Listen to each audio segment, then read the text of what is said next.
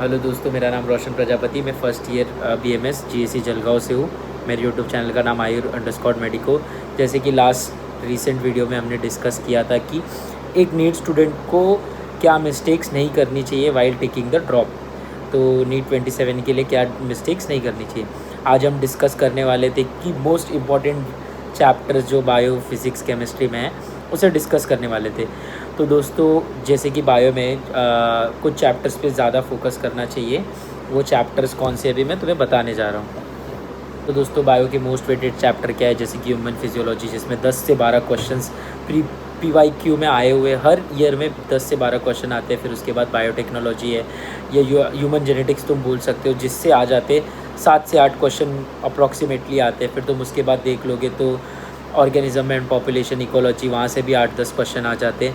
और 12th की जो बायोलॉजी है बहुत ज़्यादा इंपॉर्टेंट। 12th की बायोलॉजी से ज़्यादा क्वेश्चन आते हैं। अगर तुम प्रीवियस ईयर देखोगे तो जो 11th का रेशियो 90 में से 35 क्वेश्चन हो जाता है या 40 क्वेश्चन हो जाता है, और 50 क्वेश्चन के आसपास 12th की इससे आ जाते हैं। बायोटेक्नोलॉजी भी बहुत ज़्यादा वेटेज रखता है। इकोलॉजी जैसे वही मैंने बताया 6 से 8 क्वेश्चन रखता है। जेनेटिक्स एंड इवोल्यूशन, ये चैप्टर से भी 4 से 5 क्वेश्चन आते हैं। और जैसे कि 11th की बायो से मैं से बताऊंगा ह्यूमन फिजियोलॉजी, जो सबसे ज़्यादा इंपॉर्टेंट टॉपिक है, जिससे आ जाते 10 से 12 क्वेश्चन। उसके बाद मॉर्फोलॉजी, एनाटॉमी 2-3-4 क्वेश्चन आ जाते हैं। सेल बायोलॉजी से ज़्यादा क्वेश्चन आते हैं। तो ये सारे इंपॉर्टेंट टॉपिक्स है जो तुम्हें ज़्यादा से ज़्यादा फोकस करना चाहिए, कवर करना चाहिए।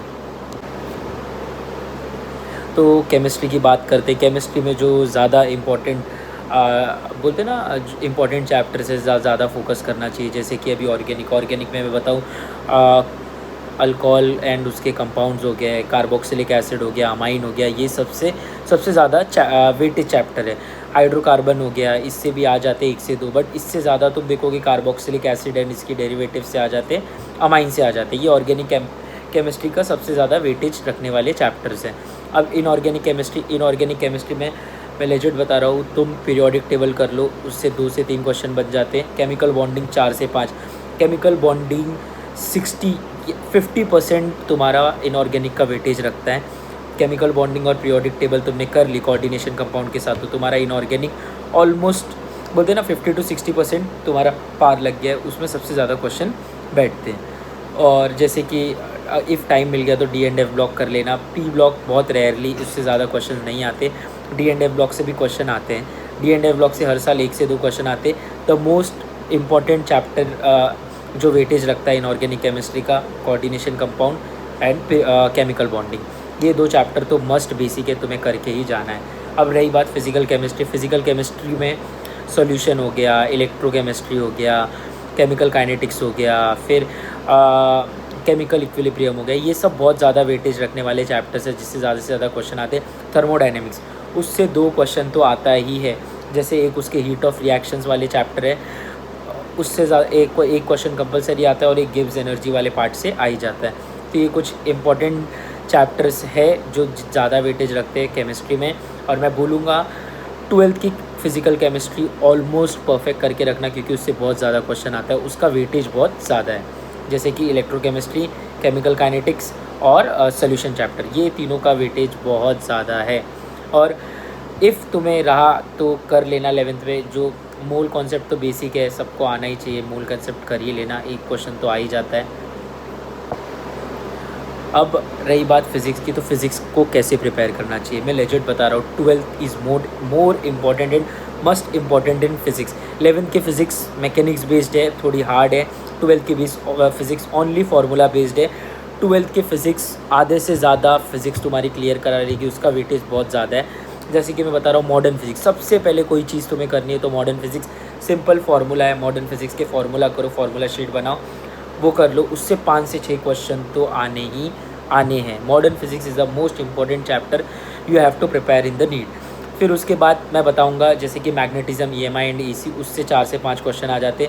इलेक्ट्रोस्टैटिक हो गया, फिर करंट इलेक्ट्रिसिटी हो गया, और कैपेसिटर, ये चैप्टर्स उसके बाद प्रिपेयर करना। इससे भी तुम्हारे मैं बता रहा हूँ 15 क्वेश्चन हो जाएंगे। मैग्नेटिज्म, EMI एंड EC से 5 से 6 क्वेश्चन हो जाएंगे। 4 से 5 क्वेश्चन इलेक्ट्रोस्टैटिक्स, कैपेसिटर और करंट इलेक्ट्रिसिटीज़ हो जाएगी। ये चैप्टर्स तुमने वेटेज कर लिए ना, तो ऑलमोस्ट फिजिक्स तुम्हारी पार है।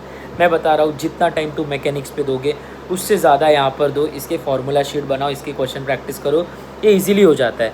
फिर उसके बाद 11th में जो सबसे ज़्यादा इंपॉर्टेंट मैं बता रहा हूँ, थर्मल फिजिक्स, रोटेशन और ग्रेविटेशन, ये तीन चैप्टर्स ज़्यादा वेटेज रखते हैं, इसको ज़्यादा प्रिपेयर करो। मैं बता रहा हूँ मैकेनिक्स उतनी ज़्यादा ज़रूरी नहीं, रोटेशन हो गया, ग्रेविटेशन हो गया और थर्मल फिजिक्स, इसको ज़्यादा अच्छे से प्रिपेयर करो। यही है तुम्हारे बोलते हैं ना सिलेक्शन का रेशियो, ये चैप्टर्स तुम्हें सबसे ज़्यादा करने चाहिए। उसमें भी बताऊँगा थर्मल फिजिक्स और मॉडर्न फिजिक्स के तो फार्मूला बना लो, फार्मूला शीट बना लो, तुम्हें वो बाय हार्ट होने चाहिए, क्योंकि वो सिर्फ बोलते हैं ना फार्मूला से ही होते हैं उसके क्वेश्चन। और सेम इलेक्ट्रोडायनेमिक्स और मैग्नेटिज्म एंड डायनेमिक्स है, उसके भी क्वेश्चंस वैसे ही होंगे। इन शॉर्ट, तुम्हें अगर मैक्सिमम स्कोर करना है विथ मिनिमम चैप्टर्स तो यू शुड प्रायोरिटाइज। जैसे कि बायोलॉजी में बता रहा हूँ, ह्यूमन फिजियोलॉजी हो गया, जेनेटिक्स हो गया, इकोलॉजी हो गया, फिर उसके बाद बायोटेक्नोलॉजी हो गया, रिप्रोडक्शन। ये 5 कॉन्सेप्ट वापस से बता रहा हूँ, human physiology, genetics, biotechnology, reproduction, और उसके बाद ये 4-5 टॉपिक्स इकोलॉजी ले लो। ये बहुत ज़्यादा इंपॉर्टेंट चैप्टर्स है, मैक्सिमम मार्क्स। और बोलते ना तुम्हें ये 5 जो बेसिक चैप्टर्स है, इससे ही तुम स्कोर कर लोगे। अब जैसे कि केमिस्ट्री में केमिकल बॉन्डिंग कर लो, कोऑर्डिनेशन कंपाउंड कर लो, जीओसी कर लो, सॉल्यूशन, केमिकल काइनेटिक्स, इलेक्ट्रोकेमिस्ट्री, ये 6-7 चैप्टर्स तुम्हें जितना ज़्यादा वेटेज दे के जाएगा उतना बाकी के चैप्टर्स नहीं देंगे। अगर तुम्हें मैक्सिमम स्कोर करना है, कम टाइम में, या फिर तुम्हें करना है, तो ये ज़्यादा चैप्टर्स जिस पे तुम फोकस करो या प्रायोरिटाइज़ करो। अब फिज़िक्स में जैसे कि करंट, इलेक्ट्रिसिटी, मॉडर्न फिज़िक्स मैंने बता दिया, थर्मल फिज़िक्स हो गया, magnetism, EMI, AC and ray optics, electrostatics, ये चैप्टर्स पे ज़्यादा फोकस रखो। ये चैप्टर्स तुम्हें पार लगाएगा, ये चैप्टर्स तुम्हें सिलेक्शन दिलाएगा। ये चैप्टर्स पे ज़्यादा फोकस करो, तुम्हें उतना ज़्यादा तुम मार्क्स को ग्रैब कर लोगे। और the most important thing, question practice, numerical practice, doubt solve करो, अपने रिकॉर्डेड वीडियो लेक्चर्स बार बार देखो। केमिस्ट्री एंड बायो में NCERT लाइन टू लाइन जाओ। इनऑर्गेनिक केमिस्ट्री के लिए तो NCERT लाइन टू लाइन आनी चाहिए, और सेम फॉर बायोलॉजी 10 से 12 बार करो, तुम्हारी जो भी है नीट के स्कोर इंप्रूवमेंट होते हुए दिखेंगे। मॉक टेस्ट लगाते जाओ। Thank you. नेक्स्ट लेक्चर में अभी हम नेक्स्ट जो व्लॉग आएगा उसमें हम देखेंगे कि अब ये चैप्टर्स को किया कैसे जाए, ये चैप्टर्स को तोड़ के कैसे पढ़ना चाहिए, क्या स्ट्रैटर्जी होनी चाहिए, NCERT के डायग्राम्स हो गए, बाकी सारी चीज़ें रिलेटेड जो है उसको कैसे देखा जाता है, कैसे किया जाता है, ये देखेंगे नेक्स्ट ब्लॉग में। और उसके नेक्स्ट ब्लॉग में ये भी देख लेंगे कि अब नीट हो गया तो महाराष्ट्र में, स्पेशली महाराष्ट्र में कौन से रैंक पे कौन सा कॉलेज क्लोज़ होगा, कौन सा कॉलेज नहीं क्लोज़ होगा, BMS कौन सा कट ऑफ जाएगा, गवर्नमेंट कॉलेज का कौन सा क्या होगा, BDS का क्या कट ऑफ होगा, ये सब नेक्स्ट ब्लॉग में देखेंगे। Thank you. अच्छा लगा तो लाइक एंड सब्सक्राइब